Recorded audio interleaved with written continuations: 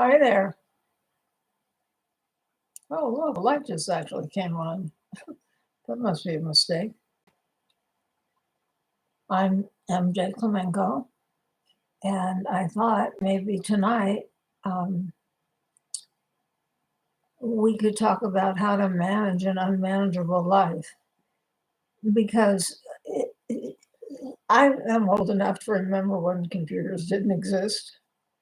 I'm probably old enough to remember when a lot of things didn't exist.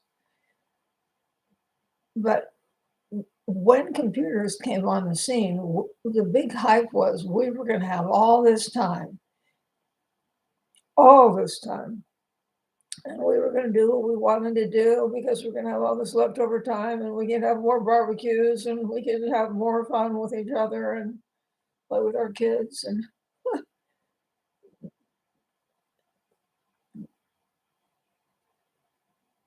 as old timers learned, that is absolutely not true. And you young folks have been born into something that you can't imagine what existed before. I mean, this is what you know. So, of course, it's not going to seem really weird to you. Well, it may seem really weird to you, but not for that reason. Um, because life does feel unmanageable. And people, especially people raising children or people living in poverty, and believe me, there are a lot more people living in poverty than the newspapers will tell you because inflation has eaten up a lot of spendable, spendable. Yeah, if you want to buy food, it's called spendable these days. Um, but it will eat you up. We don't have more time. We have more jobs. We don't have more jobs. We have more complicated jobs. We have more complicated jobs that we couldn't begin to finish in one day. So what happens? Well, we all run around feeling inadequate. And if you work for a corporation, you will be told that you are, well, you'll be given what do you call those things?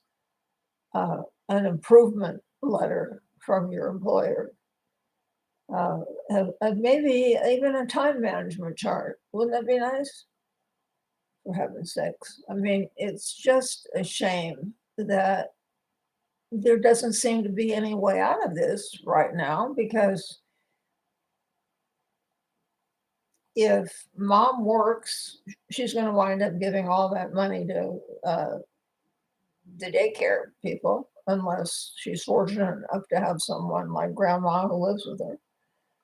But two people working at minimum wage are not going to be able to raise children very easily. And they certainly can't pay for daycare. So if they don't have grandma, guess what happens? We get, I remember the first time the term latchkey kids was used. It was a terrible thing that happened. Before that, everybody came home after school and their mom was in the kitchen, or their dad was in the kitchen, or grandma was in the kitchen. Somebody was there. They didn't have to dig little keys out of their backpacks to get into their own houses after school. And that is the beginning of the drug problem in this country. You can't raise children like they're hogs out in the slop house or bugs under a rock. They are people. They're just little people. And yeah, it's your job to raise them properly. It's your job to teach them manners. It's your job to make sure they get their homework done, but not in a mean way, in a nice way, in a way that says that you love them. But you are the one, mom or dad or grandma, who feels like your life is unmanageable because every day when you wake up, you have more chores to do than you can possibly get done in a day.